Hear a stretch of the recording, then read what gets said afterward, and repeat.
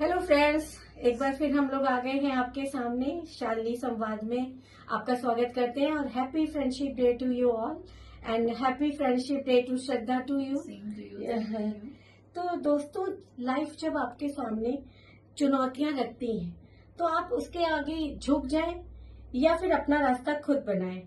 आज हमारे साथ श्रद्धा एक ऐसी मिसाल मौजूद है जिन्होंने सिर्फ अपने लिए नया रास्ता नहीं बनाया बल्कि नई नई भूमिकाओं को जीकर साबित किया कि महिला अगर करने पे आए तो महिला ठन जाती है कि हाँ, मुझे ये करके दिखाना है। तो श्रद्धा, आज आपका बहुत बहुत स्वागत है हमारे इस ब्रॉडकास्ट में।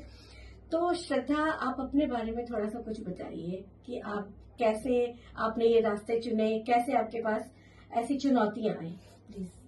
नमस्कार, मैं श्रद्धा सक्सेना, मेकअप आर्टिस्ट, एंटरप्रेन्योर। मेरा हैंडलूम वगैरह का बिजनेस है। तो जैसे कि शालिनी जी ने कहा, अपने बारे में कुछ बताइए। बहुत सिंपल सी लड़की थी भाई, जॉब करते थे दिल्ली में, पले बड़े लखनऊ के ही हैं। उसके बाद कुछ सर्कमस्टेंसेस ऐसे रहे कि मुझे वापस लखनऊ आना पड़ा।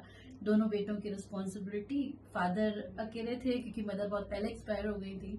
तो बस भाई बहन ऐसे रियल अगर कहा जाए तो नहीं है, ऐसे फैमिली तो मेरी बहुत बड़ी है।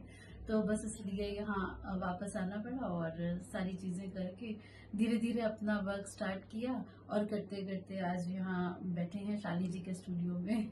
चलिए, बहुत अच्छा है, बहुत ही अच्छी आपने अपनी लाइफ को आगे बढ़ाया है। तो श्रद्धा जी, मैं आपसे ये एक बात पूछना चाहूंगी, फैशन टेक्नोलॉजी से मेकअप आर्टिस्ट बनने तक का प्रेरणा आपको कैसे मिली कि आपने कैसे सोचा कि मैं इस पे भी काम करूं? एक्चुअली जब मैंने फैशन टेक्नोलॉजी से इंजीनियरिंग किया था जी। तब फिर मैं दिल्ली में जॉब कर रही थी।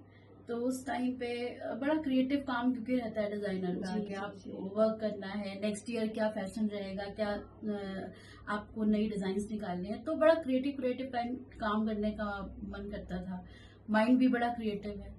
फिर वापस जब लखनऊ आए तो थोड़ा जॉब वॉब की, लेकिन जॉब में सेटिस्फेक्शन नहीं मिला क्योंकि हमेशा से आप 10 से 5 की या सुबह 7 से 2 की जॉब तो कर सकते हैं, लेकिन उसके बाद फिर मन आपका ना अगर कुछ उठता रहता है कि नहीं मुझे कुछ क्रिएटिव करना है, कुछ काम करना है। तो शुरू से ही कई सारी क्रिएटिविटी अंदर भरी पड़ी थी जिसको निकालने का मौका मिला। तो कोविड से शुरू किया मैंने काम अपना, और बाकी हैंडीक्राफ्ट वगैरह मैं बनाती रहती थी। जहाँ मैंने यहाँ के जॉब की थी तो वहाँ भी मैं स्कूल में हैंडीक्राफ्ट टीचर थी, आर्ट एंड क्राफ्ट हैंडीक्राफ्ट। तो बस वही क्रिएटिविटी ही मेरी प्रेरणा बनी और मुझे यहाँ तक लेके आई। बहुत बढ़िया। मतलब बेसिकली आपने ये सोचा कि मैं अपना नाम कैसे करूं, मैं अपने लिए कैसे, जब मैं अपने आप को बाहर निकालूं कि मैं क्या हूं, मैं मल्टीटास्क करूं एक्चुअल में। ये भी सोचा और प्लस एक ये भी समस्या थी कि बच्चे बहुत छोटे थे। बहुत अच्छी। तो मैं छोटे बच्चों को छोड़ के और पूरे टाइम जॉब नहीं कर सकती क्योंकि नो डाउट जॉब में बाउंडेशंस होती है। Yes. तो मैंने फ्लेक्सिबल वर्क अपने लिए चुना कि मैं फैमिली भी देख लूं, बच्चों को भी, और अपना काम भी कर लूं, अपना मेंटल सेटिस्फेक्शन भी रहे कि नहीं मैं संतुष्ट हूं अपने काम से। बहुत अच्छी बात करी आपने। अच्छा श्रद्धा जी, आप जब 17 साल पहले बच्चों को लेकर आप लखनऊ आई, तब आपने क्या सोचा था कि मैं क्या करूंगी, क्या क्या आपके साथ मतलब एक आती है ना डिफिकल्टीज, उसको आपने कैसे फेस किया? उस टाइम को आपने कैसे सोचा कि मैं क्या करूंगी? बहुत पुरानी बात पूछी आपने। बहुत कम लोग जानते हैं, लेकिन हाँ, उस टाइम पे थोड़ा सा ये लगा था कि बच्चे बहुत छोटे हैं, अगर मैं जॉब करूंगी तो कैसे करूंगी। बड़ी सारी कश्मकश थी कि मैं वापस, अच्छा क्योंकि मैं फैशन डिजाइनिंग से जी, रिलेटेड जी। मेरा पूरा डिग्री जो है वो उसी की है। तो यहाँ लखनऊ में मुझे चिकनकारी के अलावा ऐसा कोई स्कोप मिला नहीं था, बिल्कुल। और यहाँ पे कोई ऐसी इंडस्ट्रीज भी नहीं है जहाँ मैं अप्लाई कर सकूं। बिल्कुल। तो शुरुआत में बस मुझे ये लगा था कि नहीं, मुझे कैसे भी करके भले ही मुझे एक जॉब मिले थोड़े दिन के लिए या थोड़े टाइम के लिए, मुझे जॉब करनी है कि मैं बच्चों को साथ में रख के सर्वाइव कर सकूं। और क्योंकि फादर अकेले थे, फादर के साथ थी मैं, तो ये भी लगता था कि पापा को टाइम टू टाइम खाना, जी।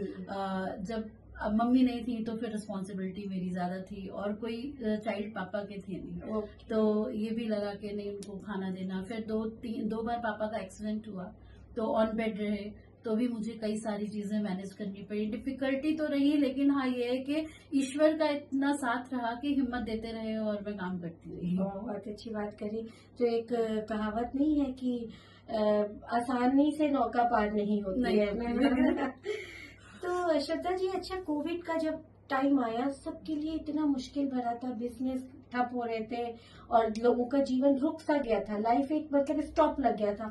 तो उस समय आपने अपने ब्रांड की शुरुआत करी मेकअप आर्टिस्ट के बनने के लिए। तो उसको आपने कैसे कवर अप किया? क्या आपके थॉट्स थे कि मैं ऐसे करूंगी, या कैसे आपने उसको सरवाइव किया उस टाइम पे? इसका बड़ा मजेदार सा एक किस्सा है, बिल्कुल, बताती हूँ शेयर आपको, करिए। शेयर करती हूँ। इतना मॉर्निंग 4 बजे से उठ के और रात में 1 बजे तक लगातार दौड़ भाग चलती रहती जी थी। जी। क्योंकि फिर पता चला कि कोविड का जब न्यूज आने लगी, उस टाइम मैं स्कूल में कोऑर्डिनेटर थी। तो फिर जब न्यूज काफी आने लगी, तो हमारी प्रिंसिपल ने बोला कि ऐसा है, न्यूज आ रही है, तो ऐसा करते हैं 2-3 दिन की छुट्टी देते हैं सब। ठीक है, हॉलीडेज हो गए। तो बस मैं घर आई। घर आने के बाद नेक्स्ट डे बस सुबह पूजा कर रही थी, तो भगवान से बोला, भगवान जी बहुत थक गए हैं अब दौड़ते दौड़ते, तो मतलब भले ही 1-2 दिन की छुट्टी मिल जाए। तो मतलब फिर कुछ देखते हैं अपना कुछ नया, क्योंकि मुझे पेंटिंग वेंटिंग का बड़ा शौक था। तो 2-3 कुर्ते निकाले थे पेंट करने के लिए कि लाओ 2-3 दिन की छुट्टी है तो ये करें। फिर जब पूजा करके हटी, तो टीवी पे अनाउंस हो गया कि कोविड की छुट्टी हो गई। लॉकडाउन तो मैंने सोचा कि ये तो बहुत भगवान जी ने जरूरत है ज्यादा सुन ली। उसके बाद फिर हमारी, जहाँ मैं लैंडलॉर्ड, मतलब जो मेरी लैंडलॉर्ड थी पारुल भाभी, जी। वहां मैं रहती थी। तो उन्होंने मुझे बहुत मोटिवेट किया। उन्होंने मुझसे ये बोला कि तुम यार इतना काम करती हो और इतना अच्छा वर्क करती हो, सबके लिए करती हो, और हम लोगों को भी इतनी अच्छी अच्छी चीजें हैंडलूम की और हैंडीक्राफ्ट की बना के देती हो, सब करती हो, तुम अपना काम क्यों नहीं शुरू कर रही हो? बिल्कुल तुम सही क्यों कहा। जॉब के पीछे लगी हुई हो?